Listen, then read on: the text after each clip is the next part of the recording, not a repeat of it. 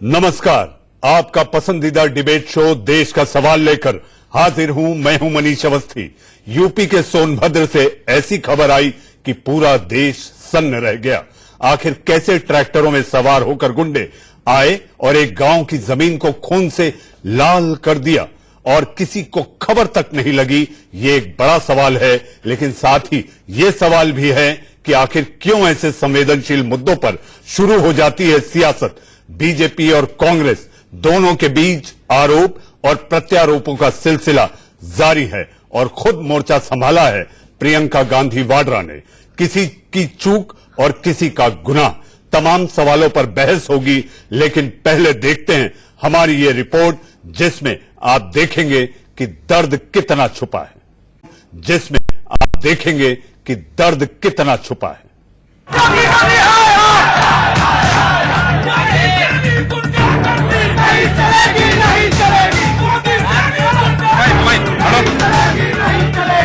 सोनभद्र नरसंहार पर प्रियंका गांधी ने योगी सरकार से आर पार की लड़ाई का ऐलान कर दिया है। प्रियंका कांग्रेस नेताओं और कार्यकर्ताओं के साथ चुनार गेस्ट हाउस में धरने पर बैठ गई और कहा कि नरसंहार पीड़ितों से मिले बिना यहां से नहीं हिलूंगी। तो इस प्रदेश की कानून व्यवस्था कहाँ है? हादसे से पहले फोन किया गया था पुलिस को, 3 दिन पहले गांव वाले गए थे कि ऐसा हो जाएगा। हादसे के दौरान बुलाया गया था, कोई मदद नहीं हुई होगी। अब मैं सिर्फ इतना कह रही हूँ कि मैं पीड़ितों से मिलने जा रही हूँ। आपको बता दें कि 17 जुलाई को सोनभद्र जिले के मूर्तियां गांव में जमीन को लेकर जंग छिड़ गई थी। 100 एकड़ जमीन को लेकर विवाद में ग्राम प्रधान और उसके गुंडों ने अंधाधुंध फायरिंग की थी। जमीन की लड़ाई में 10 लोगों का कत्ल कर दिया गया और करीब 24 लोग घायल हो गए। मामले ने तूल पकड़ा तो लखनऊ से लेकर दिल्ली तक सियासत शुरू हो गई। जब जब योगी डरता है, पुलिस को कांग्रेस ने इसे यूपी में कानून व्यवस्था का मुद्दा बना दिया और इस बार कमान संभाली खुद प्रियंका गांधी वाड्रा ने।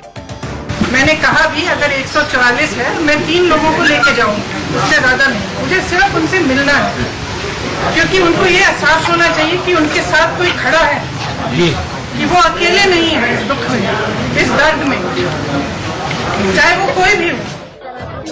प्रियंका घायलों से मिलने सबसे पहले वाराणसी के BHU ट्रॉमा सेंटर पहुंची। इसके बाद प्रियंका का काफिला मूर्तियां गांव के लिए रवाना हुआ, लेकिन प्रशासन ने प्रियंका गांधी की गाड़ी को मिर्जापुर के नारायणपुर थाने के पास रोक दिया।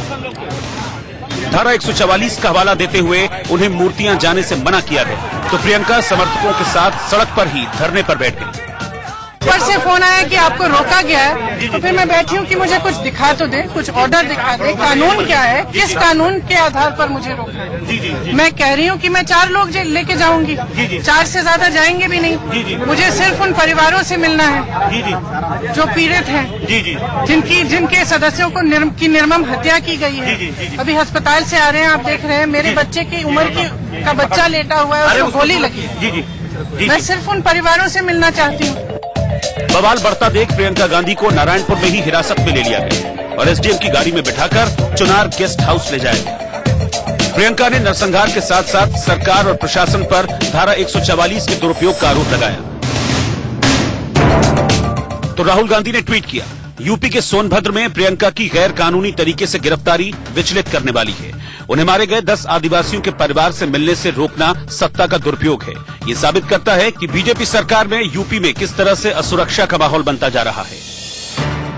उधर मुख्यमंत्री योगी आदित्यनाथ ने कहा है कि एक भी दोषी नहीं बचेगा, मगर इस नरसंहार के लिए कांग्रेस की 1955 और 1989 की वो सरकार जिम्मेदार है, जिनके राज में आदिवासियों की जमीन किसी और को आवंटित कर दी गई।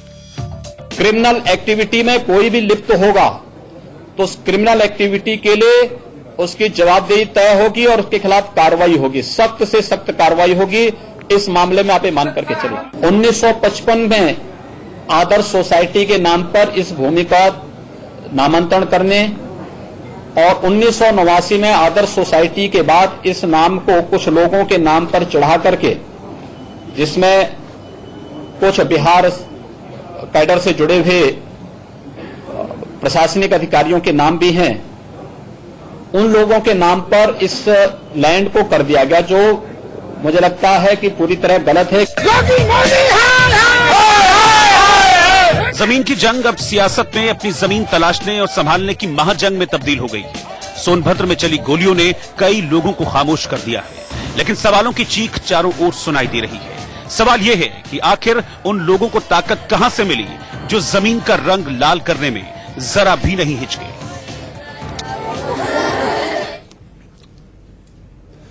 जर और जमीन यही ईर्ष्या की वजह होती है, जिसके कारण हिंसा भी होती है। जी हां, सोनभद्र में जो आपने देखा ये साफ बताता है क्या सरकार का इकबाल कम हो गया है। प्रियंका की सोनभद्र की कूच, इसके पीछे क्या सियासी दांव है। और इतना ही नहीं तो क्या सोनभद्र अब सियासी पॉलिटिकल पिच बनती जा रही है।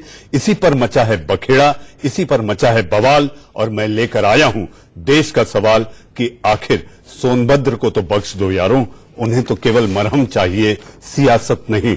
मेरे साथ स्टूडियो में इस पर चर्चा करने के लिए मौजूद हैं दीपक झा, जो कि राजनीतिक विश्लेषक हैं, लेकिन उनका झुकाव हमेशा से कांग्रेस की तरफ रहा है। मेरे साथ दीपक पांडे, जो कि बीएसपी समर्थक हैं। ये बताएंगे कि आखिर यूपी के हाल जो हैं, जो दावे किए जा रहे हैं, उसमें कितनी ताकत है और कितने सच्चे हैं। मेरे साथ स्टूडियो में बीएम चोपड़ा साहब, जो कि पूर्व पुलिस अधिकारी हैं, फॉर्मर डीसीपी हैं दिल्ली पुलिस के, वो मौजूद हैं। मेरे साथ अनुनीत सबरवाल, जो कि साइकेट्रिस्ट हैं, मनोचिकित्सक हैं, वो बताएंगे कि आखिर भीड़ तंत्र ऐसा क्यों होता जा रहा है। इससे पहले मैं आपको फिर एक बार बता दूं कि आज देश के दो बड़े प्रदेशों में बड़ी बड़ी घटनाएं लगातार चल रही हैं। तो आज मेरा देश का सवाल का कार्यक्रम भी पहले यूपी से शुरू होगा, बाद में भीड़ तंत्र यानी कि बिहार पर जाकर रुकेगा। लेकिन इससे पहले कि मैं अपनी ये चर्चा और बहस शुरू करूं, उससे पहले मैं तमाम पैनलिस्ट को ये बता दूं, सोचे वही जो आप बेहिचक बोल सके और बोले वही जिसका आप जवाब सुन सके, और लफ्जों की धोखेबाजी बर्दाश्त नहीं। जी हां, तो आइए शुरू करते हैं आज देश का सवाल।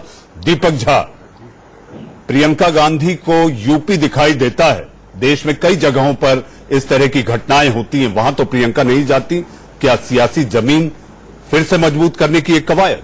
देखिए मनीष जी, आपने जो सवाल किया कि प्रियंका गांधी को यूपी के अलावा और कुछ नहीं दिखाता है, देखिए प्रियंका गांधी जी ने एक स्टेप लिया है। यूपी में जो नरसंहार हुआ है, इस तरह से कत्लेआम, ये दिखाता है कि किस तरह से सरकार फेल है। वहां पे मुख्यमंत्री जी 55 से 89 तक गिना देते हैं। देखिए, आप अभी ये सारी बातें कह सकते हैं दीपक झा, क्योंकि अभी बीजेपी प्रवक्ता नहीं पहुंचे हैं, तो आप ये न समझे कि ये स्पेस केवल आप ही के लिए खुला हुआ है।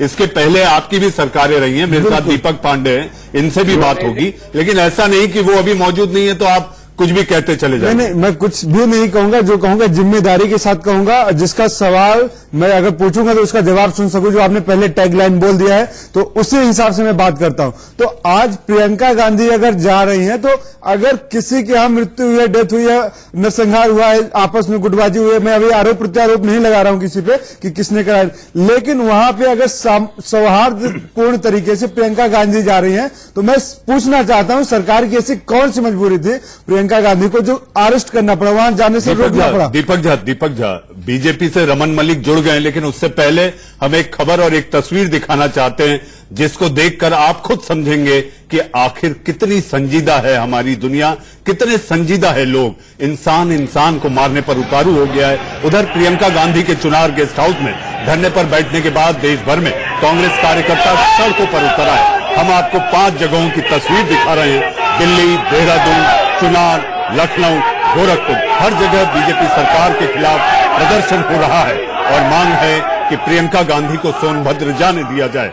ये तस्वीरें आपको दिखाती हैं कि कांग्रेस इसे भुनाने के सीधे सीधे पैतरे दिखाती हुई दिख रही है। जिस तरह से प्रियंका गांधी आज धरने पर बैठी हुई हैं, वहां पर आप ये देखिए कि उनकी मंशा उन्होंने साफ कर दी है कि पीड़ितों के परिवार वालों से जब तक मिलने नहीं दिया जाएगा तब तक वो वहां से नहीं जाएंगी। इस बीच यूपी पुलिस ने उन्हें हिरासत में लिया और हिरासत में लेकर उन्हें चुनार गेस्ट हाउस में। देखिए, सबसे दीपक झा, मैं तो आपसे बहुत सारे सवाल आज आपसे भी होंगे, लेकिन सबसे ज्यादा सवाल रमन मलिक साहब आपसे। जो सरकार ये दावा करती है कि गुंडे बदमाश गायब हो जाएंगे, रोज दररोज खबरें आती हैं एनकाउंटर हो रहे हैं, ये कैसे गैंग्स ऑफ सोनभद्र वहां पहुंच गए? 300 लोग लेकर पहुंच गए, लेकिन वहां की पुलिस को भनक तक नहीं। देखिए महेश भाई, जो दीपक जी कह रहे थे, जब मैं ऑन स्क्रीन नहीं था, मैं सुन रहा था उनको, उसका तो जवाब दूंगा, पहले आपका जवाब दूंगा। जी जी। ये एक लॉ एंड ऑर्डर इश्यू है और इस लॉ एंड ऑर्डर इश्यू के ऊपर वो लॉ एंड ऑर्डर किसका सब्जेक्ट है Raman ji? Law and order को बनाए रखना, सुचारू बनाए रखना, ये किसकी जिम्मेदारी है? मनीष भाई अगर जवाब सुन लेते तो शायद सवाल जी जी की जरूरत बोले। नहीं पड़ती। जी जी ये हमारी सरकार की भी है और सरकार जो है वो काम करती है अफसरों के साथ। अफसर जो है वो एक अंग है सरकार का। और ये जो बेसिकली एक जिसे कहते हैं ना, ये जो अफसरशाही है, इसके ऊपर एग्जीक्यूशन की बात होती है, ये एग्जीक्यूटिव है। अब जिससे भी जो भी कमी हुई है उसकी जांच भी हो रही है और इस विषय के ऊपर भी जांच हो रही है और किसी को बख्शा नहीं जाएगा। सब बड़े मजाक जहां जहां जिस जिसकी गलती मिलेगी और जिस देश के जिसने साथ मजाक करा कर हुआ रहे है, हैं सब कि लग रहा है समझ उनको जाएगा। अपना पक्ष रखने लेकिन मैं दीजिए ये क्योंकि पूछना उनसे चाहता बहुत हूं। ज्यादा सवाल है आज। जी बोलिए मैं रमन ये जी। पूछना चाहता हूं, जो बीच में अभी दीपक जी पॉपकॉर्न बन के उछलने की कोशिश कर रहे थे, मैं उनसे ये पूछूं कि भाई साहब आपका इसमें लेना देना क्या? सिर्फ पॉलिटिक्स के अलावा आप सर, सभी एक उत्तर प्रदेश देश की का पधारी मुद्दा है, है, रमन जी। एक देश का मुद्दा है। उत्तर प्रदेश की पधारी है वो। मेरे से कह रहे हैं कि लेना देना क्या है? देश के हर एक मुद्दे पे हर एक व्यक्ति से मेरा सीधा संबंध है और कहीं भी कोई भी घटना होगी हम लोग जाएंगे और उसकी तह तक जाएंगे। नहीं करने देंगे, ये और विपक्ष है। अगर आपसे सवाल करते हैं तो आप लोग बोलते हैं कि एक विपक्ष विपक्ष बोलता बोल नहीं ले, है, दूसरा तो विपक्ष बैठे ही बोलता है। नहीं है, विपक्ष बोलता नहीं है। अगर विपक्ष आवाज उठा रहा तो आप लोग कह रहे हैं कि राजनीति कर रहे हैं। रमन अरे जी, कौन है बीच में? रमन जी ये दीपक राजनीति पांडे तो कर ही हैं। रहे हैं। राजनीति नहीं कर रहे तो क्या यहाँ पापड़ बेल रहे हैं वो? तो राजनीति करने के लिए पार्टी बनी होती है, देश के मुद्दों को उठाने के लिए। देश का मुद्दा उठाना अगर राजनीति है तो हाँ, हम राजनीति कर रहे हैं। मैं डंके की चोट पे कहूंगा कि अगर ये मुद्दा उठाना हमारा राजनीति करने का प्रेरक आप लोगों के लिए है तो मैं कह रहा हूं कि दीपक हम पांडे राजनीति कर रहे हैं। मायावती अभी तक क्यों नहीं गई? जी बिल्कुल जाएंगी। देखिए आप देख लीजिए, अरे अखिलेश जी का मायावती प्रतिनिधित्व कहाँ किया, जाएंगी? उनके प्रतिनिधित्व को नहीं जाने दे रहे हैं। आपने देखा कि प्रियंका जी को कैसे रोका जा रहा है वहां पे। ये तो अगर पहला बहन जी जाएंगे तो उनके इंसिडेंट है। साथ भी यही किया जाएगा। लेकिन ये ये तो हम बताएंगे पहला कि हम लोग इंसिडेंट है। जाएंगे और आपको जो ये आपका तानाशाही रवैया है आप लोगों को नहीं हम लोग करने देंगे। तानाशाही तो वो होती आप है देख कि लीजिए देश भूमाफिया के नाम पे के ऊपर आप वारंट किसी और का काटते हैं अगर बहन और जी आप खड़ी है कहीं तो। पे आप भूमाफिया कोई और निकलता है। अगर लेकिन बहन आप जी लोगों को खड़ी बता है दूं तो स्टेज हर के काम ऊपर कर रहे हैं, नहीं लेकिन सकते। आप लोग अगर उस पर ये कोई आवाज तानाशाही। उठाए तो बोलेंगे कि ये राजनीतिकरण हो रहा है और अपने अगर कर रहे हैं तो वो लीगल हो रहा है। मनीष भाई इनको सुनाई नहीं दे रहा, कम से कम इन तक किए। नहीं रमन जी आप बोलिए, रमन जी आप बोलिए। आप पे रमन जी नहीं पहन के जा सकते। आप बोलिए। आपसे मेरा भी एक सवाल है कि आखिर इस हत्याकांड पर कांग्रेस का हाथ कैसे है, जरा ये भी समझाइए, दर्शक भी जानना चाहते हैं। देखिए एक चीज को समझिए कि वहां पे क्या क्या हुआ वो अभी और भी इन्वेस्टिगेशन चल रही है, तथ्यों के साथ सामने आ जाएगा और एक बार उसको पूर्णतः सामने आने दीजिए, उसके बाद इन्हीं लोगों को भागना पड़ेगा इधर से उधर। दीपक झा सीधे तौर पर रमन मतलब मलिक कह रहे हैं कि ये कांग्रेस की वजह से हुआ। उत्तर प्रदेश के मुख्यमंत्री कहते हैं कि आपके जमीन विवाद आज के नहीं है, 5 दशक पुराने हैं और 90 बीघा जमीन के लिए 10 लाशें बिक जाती हैं। आपको लगता है जो आरोप लगाए जा रहे हैं उसमें कितना दम है? बड़ी हास्यास्पद बात कर रहे हैं हमारे रमन मलिक साहब। देखिए दशकों पुराना अगर वैध था तो दिखाता है कि आज शासन प्रशासन तंत्र की व्यवस्था चरमरा गई है। अगर वो शिकायत करने गए होंगे जिन लोगों की जमीन का विवाद चल रहा था और डीएम एसडीएम एसपी कलेक्टर वहां पे क्या कर रहे थे, इनके हाथ से सारा का सारा जो वहां का सिस्टम है। अफसरशाही की जो बात कर रहे थे मलिक साहब, अफसरशाही इनके कंट्रोल से बाहर है। एक्सेप्ट कर ले, अगर एक्सेप्ट करते हैं कि अफसरशाही के ऊपर इनका कंट्रोल से बाहर है तो मुख्यमंत्री जी को इस्तीफा दे देना चाहिए राज्य उनको को चाहिए चलाने में नाकामयाब रह चुके हैं और आप राज्य को चला नहीं पा रहे हैं। जनता बेमौत मारी जा रही है, कहीं बाढ़ आ रही है, कहीं आफत आ रही है, तो समझ एक दीपक आज दोनों दीपक की ताकत मिलकर बहुत ज्यादा ताकत दिख रही है। रमन मलिक सुन नहीं पा रहे, एक दीपक बोले या आप लोग तय करें कौन बोले। प्राकृतिक आपदा आ रही है, वहां मौत हो रही है, जायज है, लेकिन आप इस तरह से बैठ के सरकार में ये दिखाता है आपकी भ्रष्ट अफसरशाही और भ्रष्ट नेताशाही दोनों का प्रमाण है जो मौत हो रही है। अगर वो विवाद था आज तक तो कभी ऐसी गोलीबारी नहीं हुआ पे। इस कदर आपने गैंग्स ऑफ वासेपुर देखी है, तो वही में आपने सोनभद्र गैंग्स बना दी, तो इसका मतलब यह है कि उत्तर प्रदेश में आज किस तरह की मानसिकता पैदा हो रही है। लोगों के अंदर शासन और प्रशासन का डर नहीं है, किसी तरह का डर नहीं है, किसी तरह का खौफ नहीं है, खुलेआम गोली चला रहे पुलिस का नहीं है। दीपक झा आपको बहुत समय जितने बच्चे थे उनसे पूछे। मायावती जी केवल आज प्रेस कॉन्फ्रेंस कर लेती हैं, ताता लगाने से कुछ नहीं होगा, पीड़ितों को न्याय चाहिए। बिल्कुल आदिवासी हैं, आदिवासियों को वो वैसे ही इतने भोले रहते हैं, वो ये सारे दांव पेच नहीं जानते। मेरे साथ चोपड़ा साहब है, वो बताएंगे कि लेकिन मायावती को इतनी देर क्यों लग रही है वहां पहुंचने में। बिल्कुल देर नहीं लगी। आप देखिए सब लोग प्रतिनिधित्व मंडल जा रहे हैं, वहां पे हमारी पार्टी है, वहां पे आप देखिए सब लोग प्रतिनिधित्व मंडल जा रहे हैं, वहां पे हमारी पार्टी है, वहां पे वो लोग जा करके जो वहां का जमीनी रिपोर्ट है वहां पे हम लोगों के पास आई, बहन जी के पास आई, हम लोगों ने देखा। आपने देखा होगा कि अखिलेश जी का प्रतिनिधित्व गया था, वहां पे उनको नहीं जाने दिया गया, रोक दिया गया, डिटेन कर दिया गया। आपने देखा होगा प्रियंका जी गई हैं, उनके साथ क्या क्या किया जा रहा है। तो आप हम लोग देख रहे हैं, इसकी आवाज हम सीधे पार्लियामेंट में जाने के लिए उठाने के लिए बात की जा रही है। लेकिन मैं एक चीज छोटी सी बात कहना चाहूंगा, ये पहला कोई मुद्दा नहीं है। आप देखिए योगी सरकार सीधे सीधे जो प्रशासन है पूरा फेल होता जा रहा है। सबसे बड़ी घटना उसी दिन एक दिन में पूरे प्रदेश में 12 जो मौतें होती हैं और उसमें जो 2 प्रशासन के लोग भी हैं, कितना निंदनीय है। उसके बाद योगी जी आते किसी को ब्लेम करके चले जाते। अगर एक बार एक्सेप्ट कर ले, एक बार एक्सेप्ट कीजिए कि आप भी एक्सेप्ट करें, निंदनीय कहने से कुछ नहीं होगा। बिल्कुल नहीं, तो इसको हम क्या कहें बताइए। जी बिल्कुल नहीं, मैं उनके चाहे बीजेपी की हो चाहे रही हो। बिल्कुल मैं ये कह रहा हूं कि जिस तरह योगी जी आकर के भाषण देते हैं कि 1955 का मामला हमें भी पता, हमें पूरी हिस्ट्री पता है केस में क्या हो रहा है। लेकिन सबसे पहले देखना चाहिए कि अगर वहां पे 300, 400, 1000 लोग आते हैं बंदूक के साथ आते हैं। चोपड़ा साहब मैं आपके पास आऊंगा। इससे पहले प्रियंका वहां पर सोनभद्र के मसले को लेकर दुख दर्द दिखा रही हैं। उससे पहले मैं एक तस्वीर दिखाता हूं दीपक झा, दर्शक भी देखें, यहां पैनलिस्ट भी देखें और तस्वीर को। एक तरफ प्रियंका इतने बड़े नरसंहार पर दुख जताने का दावा कर रही है, दूसरी तरफ आप देखिए कि चिनार गेस्ट हाउस में धरने पर बैठी प्रियंका के साथ कार्यकर्ताओं के साथ जमकर सेल्फी लेती दिखाई दे रही है।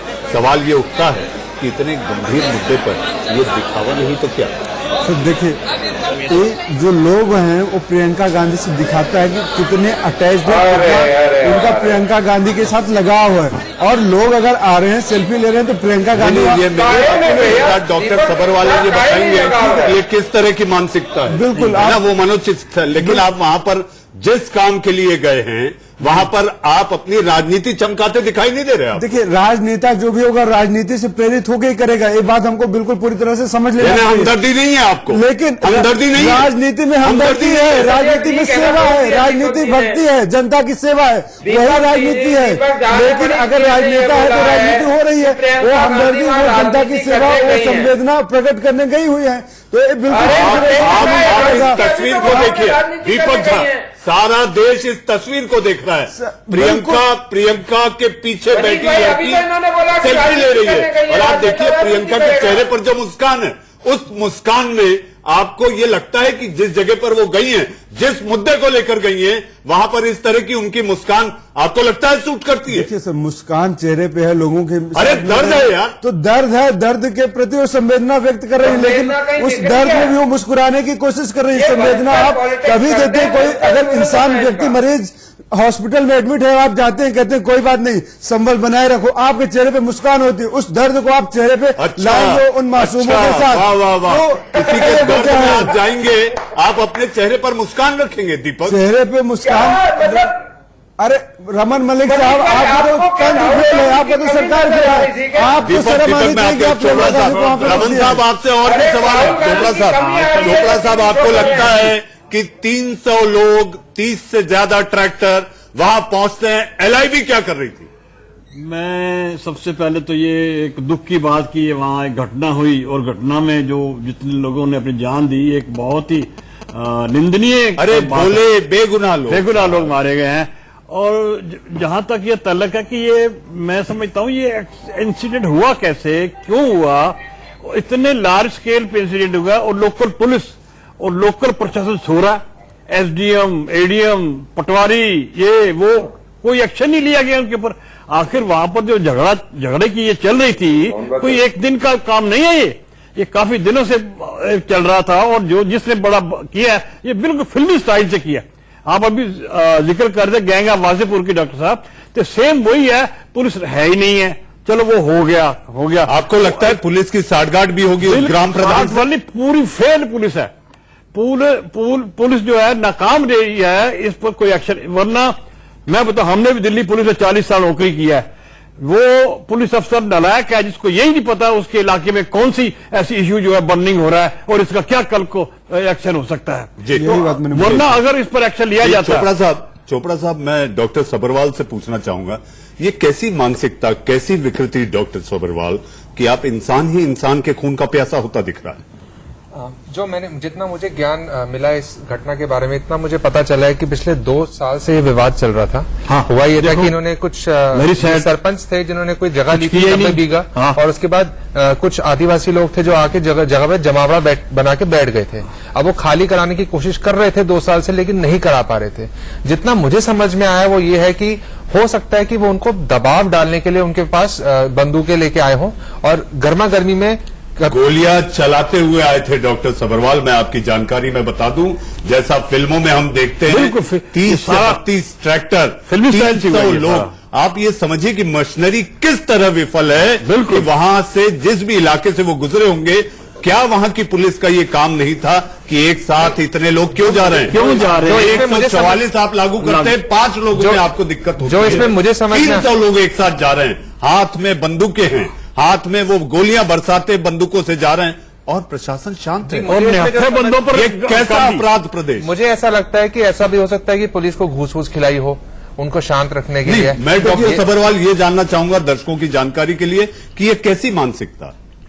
देखिए, इसमें जब आपको लगता है ना कि एक बदले की भावना आ जाती है कि मैं सही करना चाहता हूं, मैं न्याय लेना चाहता हूं, तो उसमें इंसान मार भी सकता है सामने वाले को। इसमें एक ये वाली बात हो गई थी, या तो हम या तो वो, या तो मैं रहूंगा या तो वो रहेंगे। अब चीज थी, मुद्दा था जमीन। लेकिन जब किसी भी चीज पे आप कहीं पर भी जाएंगे ना, आप जानवरों को भी देखेंगे ना, तो अपने हिस्से के लिए वो कुछ भी हद तक आगे जा सकते हैं। डॉक्टर साहब, ये वेल प्लान प्रोग्राम तो पहले ही, अगर अचानक होता तो ये शायद ना पड़ता। आपकी साइकोलॉजी ठीक कहती है, एक इंसान के एक होता सडन प्रोवोकेशन, सडन नहीं था और ये हो गया। तो दूसरी बात एक और बताऊं मनीष जी, और ये बताऊं, जो ये चल रहा है, प्रियंका जी बैठी हैं, आप देखिए आपके मोहल्ले में भी किसी की डेथ हो जाती है तो सारा मोहल्ला ही, चाहे उसकी जान पहचान हो या ना हो, एक सिंपैथी के तौर पर जाता है। और ये तो इतनी बड़ी घटना हो गई जैसे ये, और फिर पुलिस ने रोक दिया उनको।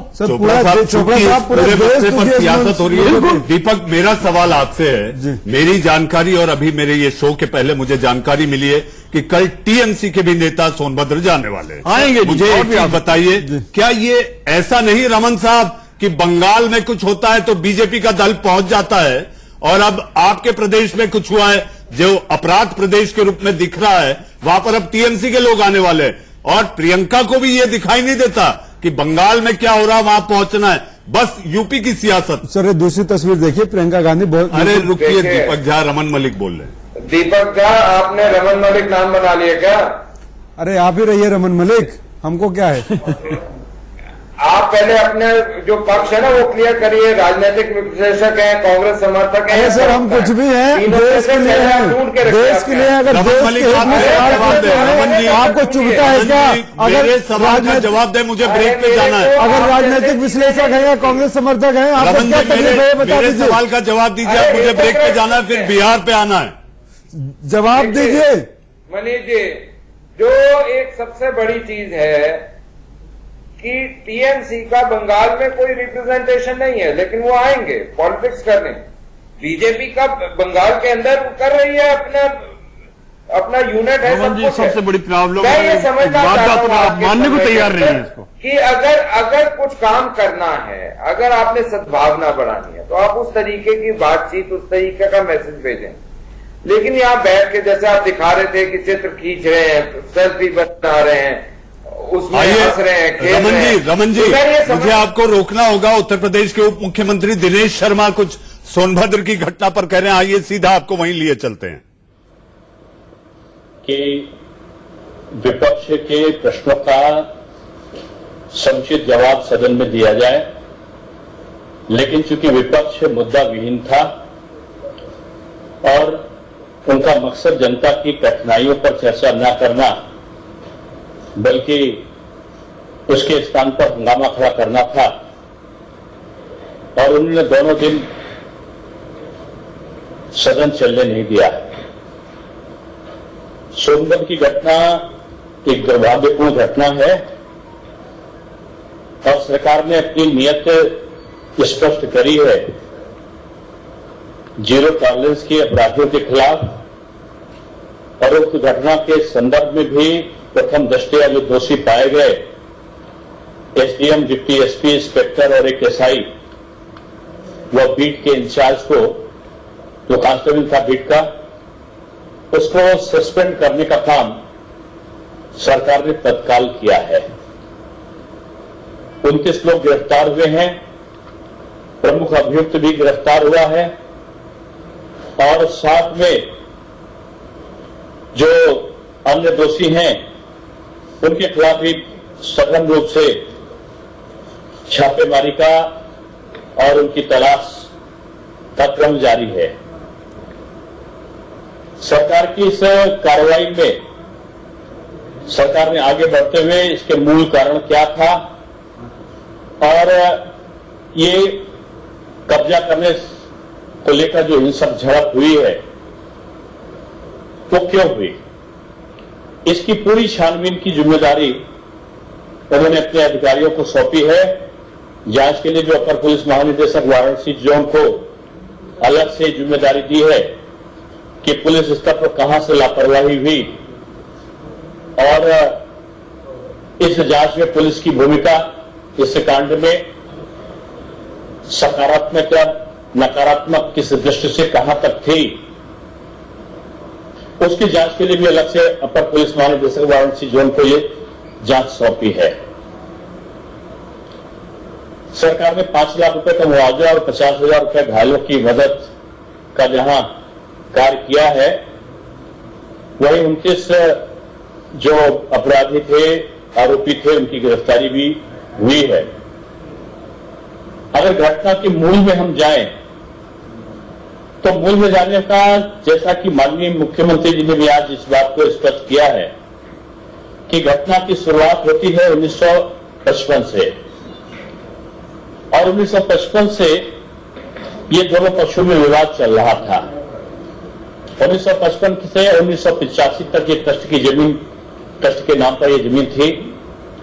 1985 के बाद कुछ लोगों के नाम पर ये जमीन चढ़ाई गई और उसके बाद ये स्थिति आई कि 1989 में भी जब ये चढ़ाई गई, जब 1955 था, जब ये ट्रस्ट की जमीन थी, तो तब भी कांग्रेस की सरकार थी।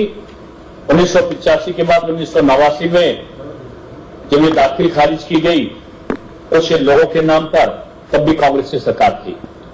पहले ग्राम समाज की जमीन को ट्रस्ट बनाया गया, ट्रस्ट बनाने के बाद में कुछ लोगों के नाम पर गलत तरीके से कर दिया गया, और दोनों समय कांग्रेस की सरकार थी।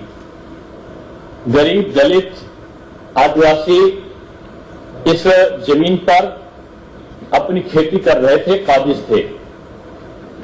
उनको जमीन का पट्टा ना देकर ट्रस्ट के नाम पे कर देना और उसके बाद व्यक्तिगत रूप में लोगों के नाम पर इसको कर देना, ये इस बात को दर्शाता है कि इसमें कांग्रेस की पूर्ववर्ती सरकारों की गलत भूमिका इसका मूल कारण बनी।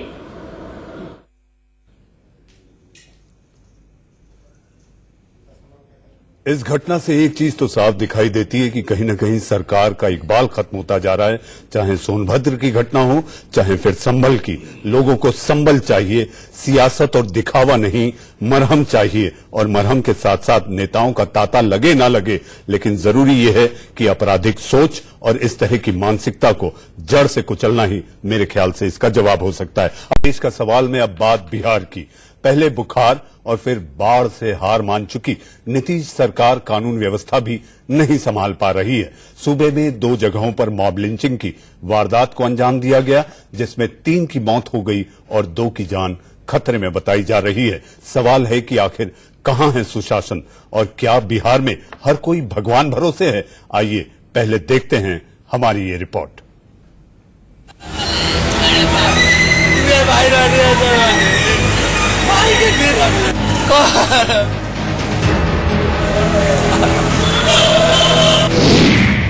नीतीश कुमार, सुनिए एक भाई की चीखकार। अरे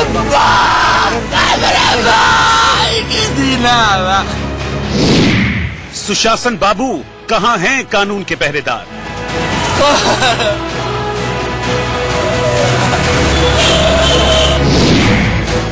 बिहार में अब मचा भीड़ तंत्र से हाहाकार।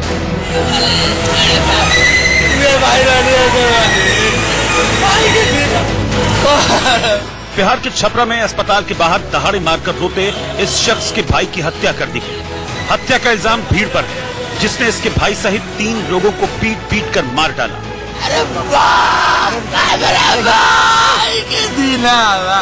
नीतीश राज में मॉब लिंचिंग की वारदात छपरा के बनियापुर इलाके के पिठौरी नंदलाल टोला में हुई।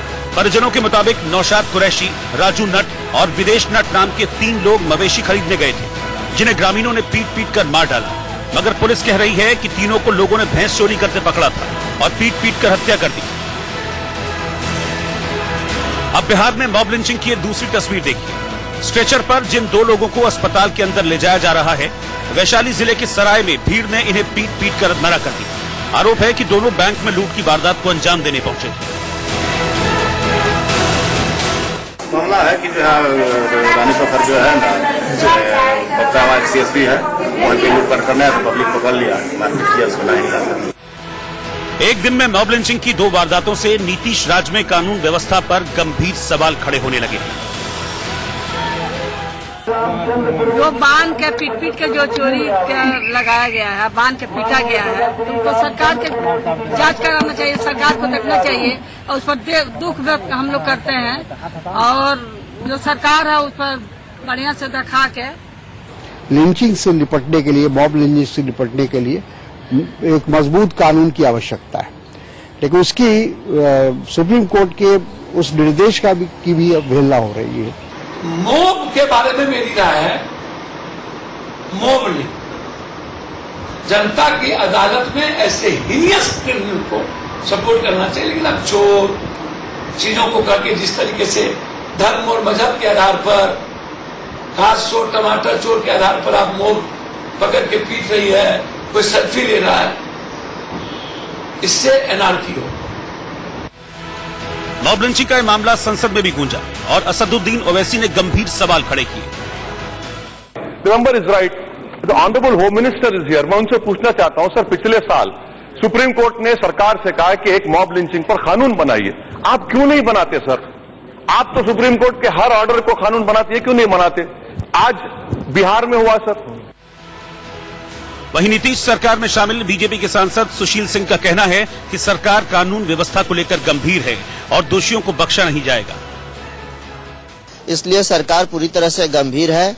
वैसे इतना बड़ा राज्य है, कहीं न कहीं कुछ सिरफिरे लोग इस तरह की घटना कर देते हैं, जिसके चलते समाज में लोगों को शर्मिंदा होना पड़ता है। लेकिन इस तरह की कोई भी घटना पर फिर से मैं कह रहा हूं कि कड़ी से कड़ी सजा कानून के तहत उनको मिलना चाहिए।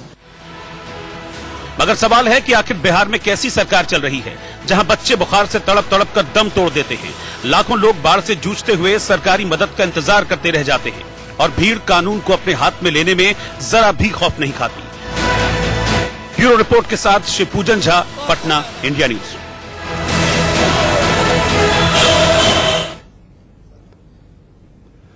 दुनिया का सबसे बड़ा लोकतंत्र, जी हां, जब सारे तंत्र फेल होते हैं तो भीड़ तंत्र लोकतंत्र पर हावी होता दिखाई दे रहा है। इतना ही नहीं तो दुनिया के सर्वाधिक कानून दुनिया में अगर कहीं हैं तो वो हमारे देश में हैं। लेकिन अब भी हमको दरकार है कि मॉब लिंचिंग पर एक कानून बने, क्योंकि भीड़ तंत्र लगातार बेकाबू होता जा रहा है। हमने कोशिश की कि जेडीयू के प्रवक्ता भी इस पर हमारे कार्यक्रम में जुड़े, लेकिन वो नहीं आए। मेरे साथ बीजेपी के प्रवक्ता नवीन कुमार हैं, जो दोहरी जिम्मेदारी निभाएंगे, क्योंकि साझे की सरकार है, वहां पर ये साथ में मिलकर सरकार चला रहे हैं। तो वो भी इस पैनल में जुड़ चुके हैं। मेरे साथ डॉक्टर सबरवाल हैं, मिस्टर चोपड़ा हैं, मेरे साथ दीपक पांडे हैं और दीपक झा हैं। नवीन कुमार, क्योंकि पहले के हिस्से में आप नहीं पहुंचे तो मैं यूपी से निकलकर अब बिहार की ओर आपको ले जाता हूं, दोहरी जिम्मेदारी के साथ। ये कैसा बिहार और कैसा सुशासन? मैं मनीष भाई दोनों का ही जवाब दे देता हूं। पहली बात तो जहां तक उत्तर प्रदेश की है, किसी भी आपराधिक घटना पर राजनीति नहीं होनी चाहिए, और आपराधिक घटनाएं देश के अंदर लगातार अक्सर कई जगह होती हैं, लेकिन उस पर अंकुश लगाने के लिए अपराधियों को जल्दी से जल्दी पकड़ा जाए। वो राज्य सरकार ने किया और उनको कड़ी से कड़ी सजा मिले। बिहार मामले में अभी कोई पकड़ा नहीं गया, उसकी भी बात करता हूं। कड़ी से कड़ी सजा मिले, ये निर्णय होना चाहिए। बाकी मैं समझता हूं अदालतों को भी फास्ट ट्रैक कोर्ट में ऐसे मामलों को सुनना चाहिए और कड़ी सजा देनी चाहिए ताकि नजीर बन सके। दूसरी बात बिहार की, बिहार में लगाइए या फिर कहीं भी, ये सेम उसी प्रकार की आपराधिक घटना है जिसको कहेंगे कि इस मॉब लिंचिंग का वर्ड तो भी 4-5 साल से ही आया ना। इससे पहले तो बहुत लंबे समय से हो रहा है बीजेपी उससे। हाँ, तो भाजपा ही तो बहुत सारी चीजें लेके आए, हम सुशासन लाया, मॉब लिंचिंग ले आए। तो इसीलिए मेरा ये कहना है कि जो वारदात होती है उसके अंदर लोग को गिरफ्तार होना चाहिए, और हो रहा हो। राज्य सरकार भी अपना काम करी, कानून अपना काम कर रहा हो। लेकिन एक बड़ी महत्वपूर्ण बात है, जब ऐसे लोगों को आप समर्थन देने लग जाए, यहाँ पे खड़े होकर करना चाहिए। लेकिन आप जैसे कई छोटी कम से कम इंटरफेस तो होना चाहिए सरकार की ओर से। कोई तो बोले ठीक है, आप अपनी बेबाकी के तहत आज यहाँ सारे पक्ष रखेंगे, लेकिन जेडीयू तो सामने आकर ये बोलना भी नहीं चाहते, पसंद करते कि भाई मनीष भाई उसका जवाब मीडिया से बात करें, उसका जवाब सफाई तो दे। उसका जवाब तो मैं नहीं दे सकता हूँ, बिहार सरकार क्या करे। लेकिन आप साझे की खेती कर रहे हैं ना, आप साझे की खेती कर रहे हैं ना नवीन। मैं तो बता रहा हूँ ना, मैं तो भाजपा का प्रवक्ता, सरकार का प्रवक्ता नहीं हूँ, लेकिन मैं बात कहना चाहता हूँ। आप जवाब मत दीजिए। अरे सुनो भैया, आप सुनने की कोशिश करो, आप क्यों मत दीजिए? क्योंकि मैं बता रहा हूँ, मेरा ये कहना है मामला क्या है कि किसी भी घटना का राजनीतिकरण नहीं होना चाहिए, अलग हो जाए। अरे आप लोग तस्वीर देखिए नवीन कुमार, एक महिला पैर पकड़कर पुलिस वाले के गिड़गिड़ा रही है और उसको तरस तक नहीं आ रहा। ये सुशासन है? मुझे सीएम कौन है वहाँ का? अरे आप कौन है? नवीन जी, आप नाराज न हो। आप देखिए, दिल दहला देने वाली तस्वीर है। जिले में 2 पुलिस वालों का मर्डर होता है और 36 घंटे से ज्यादा हो गए। बताइए कितने लोग गिरफ्तार हुए? ऐसे बहुत सारी घटनाओं के अंदर सरकार माँ की काम कर रही है, आप तो राजस्थान में काम ही नहीं कर रहे हो। नहीं, आप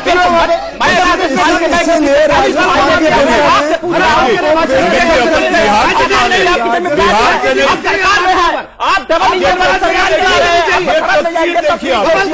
बताइए, राजनीति करेंगे। अगर किसी का मुद्दा उठाना राजनीति है तो हम सकारात्मक राजनीति करेंगे। आप राजनीति कर रहे हैं, पुलिस वालों को मारने वालों से सवाल पूछ रहे हैं। सरकार आवाज है ना बहुत तेज बोलते हैं, बहुत बढ़िया बोलते हैं, लेकिन हम क्या करें सर, देश की जनता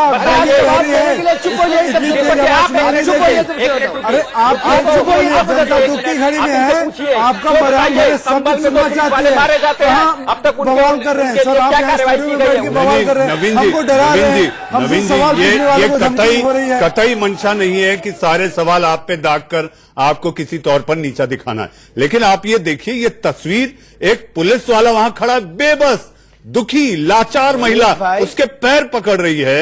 ये कैसा सुशासन? लेकिन आप मेरे को बोलने का मौका तो देंगे। मेरे साथ लिंचिंग करने लगे सारे लोग मिलकर के, ऐसे थोड़ी हो सकता। नहीं, ऐसा आप शाब्दिक अपराध ना करें, आप शाब्दिक अपराध कर रहे हैं ये कहकर। नहीं, नवीन जी, ये शाब्दिक अपराध है, ये शाब्दिक अपराध है, आप ऐसा ना करें, ऐसा कतई नहीं।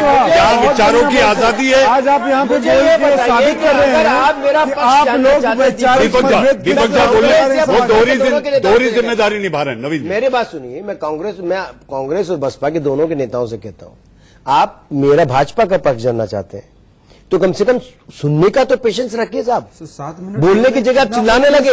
कितना मेरा अरे तो आप जो है स्टॉप वॉच लेकर के बैठिए, खुद चिल्लाइए बीच में और फिर कहिए क्या बोलिए। सुनिए जरा शांति से, मेरी बात सुनिए। हम वो करेंगे। मैं ये जो दर्द विदारक आपने सीन दिखाया है ना, वाकई में मैंने तो क्राइम बहुत लंबे समय पत्रकारिता में कवर किया है, बड़ी पीड़ा होती है, बड़ा कष्ट है। लेकिन वहां की सरकार, जो राज्य सरकार है, कानून व्यवस्था राज्य सरकार का काम है, उसको करना चाहिए। आपने कहा कि सरकार के नुमाइंदे को बुलाया था, नहीं आए, इसके विषय में मैं नहीं कह सकता हूं। लेकिन मैं भारतीय जनता लेकिन मैं भाजपा का कार्यकर्ता हूं।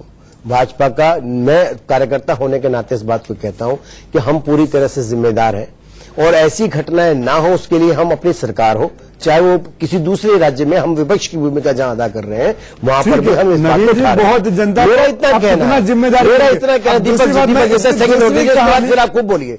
मेरा केवल इतना निवेदन है कि कम से कम आपराधिक घटनाओं को राजनीति से नहीं जोड़ना चाहिए। बहुत अभी कभी 2 दिन पहले की घटना एक आदमी चोरी करके जा रहा था, तो लोगों ने इसको पकड़ कर पीट दिया, लेकिन वही आपका बिहार में हो रहा है, राजनीतिक आपराधिक घटनाओं का, आपराधिक घटनाओं में अपराधियों को, उसकी मन से आपराधिक मानसिकता वाले लोगों को आप जो है बता दूंगा कि बिहार में ऐसी घटनाओं को समर्थन करके सेफ पैसेज मत दीजिए। आपराधिक घटनाओं वालों के खिलाफ कड़ी 15 सेकंड सुन लीजिए, 15 सेकंड में आपको बेनकाब कर दूंगा आपकी सरकार को कि 15 सेकंड में क्या हुआ। गिरिराज सिंह का बयान आया है अभी 2-3 दिन पहले कि बिहार में हम लोग नीतीश कुमार से वापस ले लेते समर्थन। इसके पीछे मंशा क्या है? भाजपा अब बड़े भाई का रोल निभाना चाहती है, हर जगह सत्ता में आना चाहती है। नीतीश कुमार को पिछले 1 महीने से विलेन साबित करने में लगी हुई है और भाजपा जिम्मेदारी से भाग रही है। बात बेसिर पर की ना हो, बात केवल बिल्कुल राजनीतिक नवीन कुमार जी बोल रहे हैं इसमें राजनीति मत करो, राजनीति इनके आला नेता कर रहे हैं। बड़ी गलत बात है।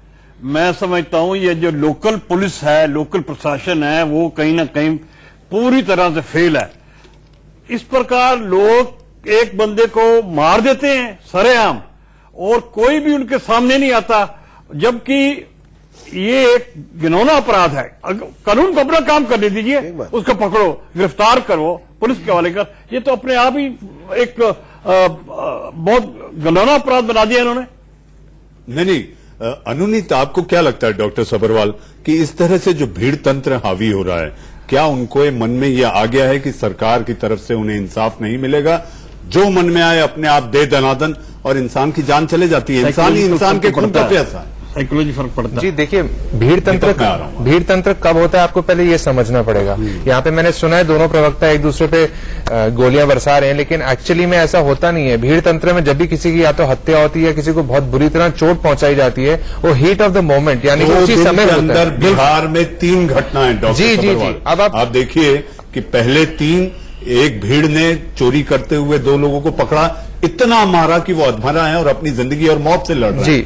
तो इसमें मैं आपको थोड़ा सा वैसे भी मनीष भाई, जैसे कि मैं आपको बताऊं, जब से आपने देखा होगा पुराना निकाल लीजिए इतिहास, जेडीयू और आरजेडी जब सत्ता में थे और जैसी आरजेडी बाहर चली गई उसके बाद ऐसी घटनाएं खूब बढ़ी।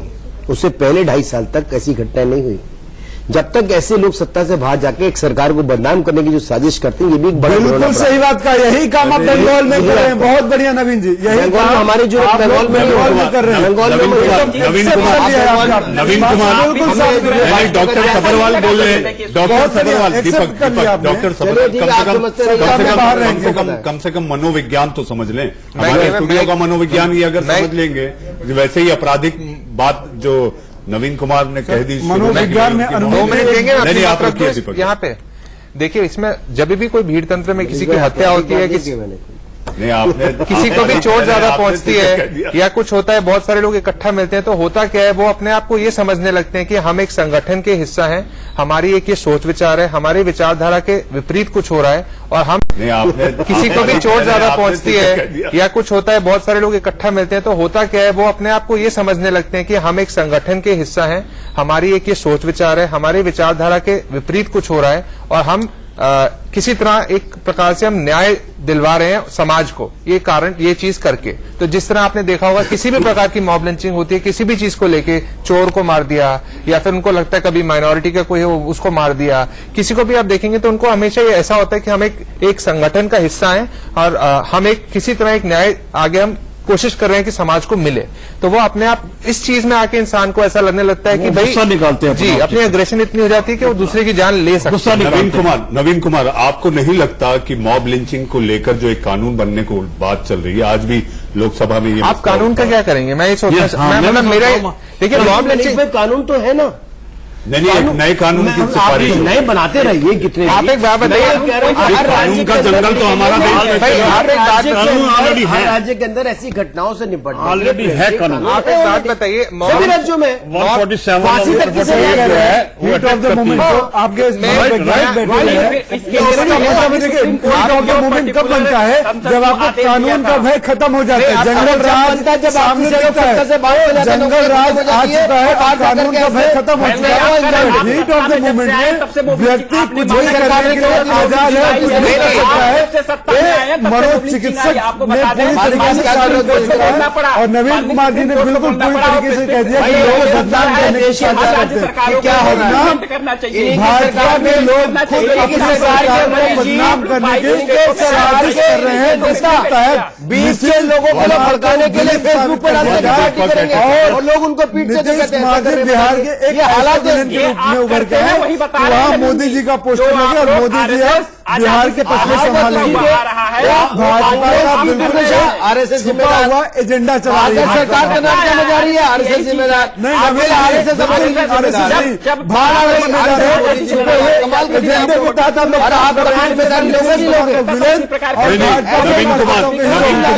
नवीन कुमार मुझे ये बताइए, इतना बिहार में सब कुछ हो रहा है, पहले बुखार, बाढ़, चलिए बाढ़ को प्रकृति पे छोड़ देते हैं, बुखार, और उसके बाद आप ये देखिए इस तरह से जो घटनाएं भीड़ तंत्र की आ रही हैं, आपको नहीं लगता कि बीजेपी को कोई स्टैंड लेना चाहिए? साझे में सरकार चल रही है। मनीष जी, लोगों में सहनशीलता नाम की चीज ही नहीं रही। आपने कहा बाढ़ या केंद्र ने कोई काम नहीं किया पिछले 5 वर्षों में। मैं स्पष्ट करना चाहता हूं, बताना चाहिए कि स्टेट का चाहे डिजास्टर मैनेजमेंट को तैयार करना हो या फिर छोटे छोटे डैम बनाने का काम शुरू करना हो, इसी सरकार ने एक दिन में तो नहीं बनते ना। बिहार में भी काम किया, 15 साल हो गए। नवीन जी कैसे एक दिन की बात करते हैं? 15 साल हो गए, 15 साल में एक दिन में सरकार नहीं है, 5 साल में केंद्र में है। और जब नीतीश कुमार जी कहते हैं स्पेशल स्टेटस का दर्जा दीजिए, हम बिहार का डेवलपमेंट करेंगे, बारिश होती है, बाढ़ आती है, 5 बिहार में डेवलपमेंट नहीं हुआ। दोनों लोगों की नाकामयाबी है, सेंट्रल की और राज्य सरकार की। अब ऐसी घटना बिहार में अगर मान लीजिए कि नेपाल से आया हुआ पानी बहा करके ले जाए और कहते हैं नेपाल, इसको तो कोई हमारे में से किसी रोकना संभव नहीं होगा। मेरा सवाल चोपड़ा जी से, चोपड़ा जी, चोरी करना भी अपराध है और चोरी करने के बाद उसका इंसाफ करना, भीड़ का कानून, वो भी अपराध है। तो ये किस तरह से दोनों साथ चल रहे हैं? मैं ये आपको बताना चाहता हूं कि जब क्या एक चीज चोपड़ा साहब, पुलिस से विश्वास हट गया है। मैं ये मानता हूं कि पहली सीढ़ी अगर न्याय की कोई होती है तो वो पुलिस थाना या पुलिस चौकी होती है। बिल्कुल सही बात है। जहां तक मैं समझता हूं पुलिस का जो काम करने का रवैया है वो ढीला हो गया, क्योंकि उस पर कोई इसके लिए प्रशासन जिम्मेदार है। बिल्कुल प्रशासन जिम्मेदार है। तो सुशासन कैसा? सुशासन तो पूर्व सुशासन है, वरना ये कैसे हो जाता? सबसे बड़ी बात है ये, जो जैसे कोई इंसिडेंट होता है और मानो किसी ने चोरी की है तो मॉब का काम है चोर को पकड़ के पुलिस के हवाले करना, ना कि वो खुद उसको मारने पीटने लग जाए। वो कानून अपने हाथ में लेते हैं क्योंकि इतने गुस्से में होते हैं कि उनको अपने पर कंट्रोल नहीं रहता। डॉक्टर सबरवाल आपके पास आ। देखिए, मॉब, आप कह रहे हैं मॉब का काम है कि उसको पुलिस थाने पे लेके जाए। मॉब में इतना आक्रोश होता है, वो पुलिस थाने से ले जाने से पहले ही मार देंगे। आपको उसका सोल्यूशन अगर चाहिए तो आपको ये देखना होगा कि मॉब बनने ना दें। अगर आप मॉब बनने देंगे तो ये भी काम पुलिस का उसके लिए प्रिवेंटिव एक्शन। यस, लेकिन सरकार के लिए भी अगर आप यूपी की घटना आप यहाँ पे लोग वहां पहुंच जाते हैं और समझ नहीं आया कि फेल है मुझे और जहां तक ये कांग्रेस के हमारे नेता कह रहे हैं ना कानून का भय खत्म है, कानून का भय खत्म है। इन्होंने मॉब लिंचिंग के कानून के जो थे उसके दांत आपने निकाले। मैंने पिछले 84 के मॉब लिंचिंग को आप रास्ते की बात कर रहे हैं, आप गोधरा पे भी चले जाइए ना, आपका गुरुद्वारे में गुरुनानक साहब पिछले 5 सालों में मॉब लिंचिंग दूसरे मॉब लिंचर को आपने बना दिया। 5 सालों में ऐसी घटनाएं ऐसे लोगों को आप जब बना के चलोगे उसके बाद उनका खत्म होगा ना, उसका समर्थन कर रहे हैं, यहाँ करके भाषण दे रहे हैं। एक तरफ मॉब लिंचर को आप बढ़ा रहे हो और दूसरी तरफ मॉब लिंचिंग को आप कह रहे हो। देश की जनता आपने क्रिमिनल को राज्य में जिम्मेदारी है, हमेशा विपक्ष को लेकर से मिलकर एक साथ खड़ा माननी चाहिए। कोई सवाल करो,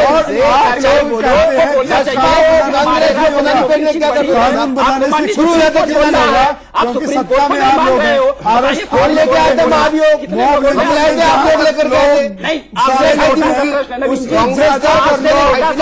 हिंदू बजरंग दल RSS के लोग सब कुछ बिल्कुल ऑन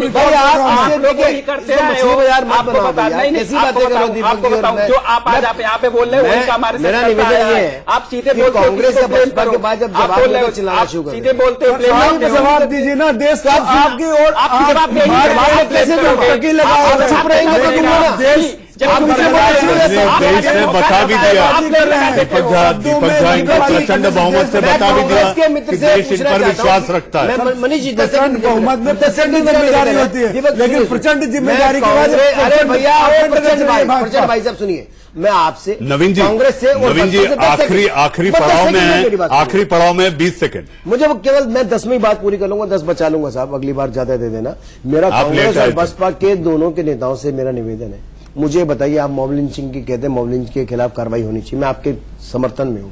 तो जो सबसे बड़ा मॉब लिंचर है कमलनाथ, जिसने की क्या हुआ? नवीन जी मेरे पास टाइम नहीं है। आखिरी पड़ाव ये मेरा सबसे बड़ा तड़ीमार गृहमंत्री कैसे बन गया बताइए क्या? आप कहा की मानसिकता दिखा रही है, कुंठित है, एक कुंठित मानसिकता मैं रोक दूंगा। जी हाँ, आखिरी 10 सेकंड डॉक्टर सबरवाल। मेरा इसमें मत ये है कि अगर आपको मॉब लिंचिंग रोकनी है तो आपको एक दूसरी पार्टी को, एक दूसरे को इल्जाम देने से कुछ फायदा नहीं होगा। आप पुलिस को थोड़ा सा सेंसिटाइज कीजिए कि मॉब्स कैसे बनते हैं, किस तरीके से मॉब लिंचिंग होती है। चोपड़ा साहब। हाँ, मैं ये डॉक्टर सबरवाल साहब की बात से सहमत हूँ। मैं ये खुल के कहना चाहता, आप यहाँ पर सारी राजनीतिक पार्टियां बैठी हैं, जो मॉब लिंचर होते हैं they are all supporters of the political party. जी हमने पुलिस मॉडर्नाइजेशन में सबसे अधिक पैसा दिया है पिछले आजादी के बाद से पहले। उत्तर प्रदेश हो या बिहार, जी हाँ, इतना कहा जा सकता है कि यहाँ हर शख्स दौड़ रहा है भीड़ की तरफ, फिर ये उम्मीद करता है कि शायद उसे रास्ता मिले। मैं इतना ही कहना चाहूंगा कि आपने उत्तर प्रदेश भी देखा और सुना, बिहार भी देखा और सुना। मुझे नहीं लगता कि ये न्यू इंडिया की 21वीं सदी की राह दिखाता है। आप लोग बहस में जुड़े, बहुत बहुत धन्यवाद।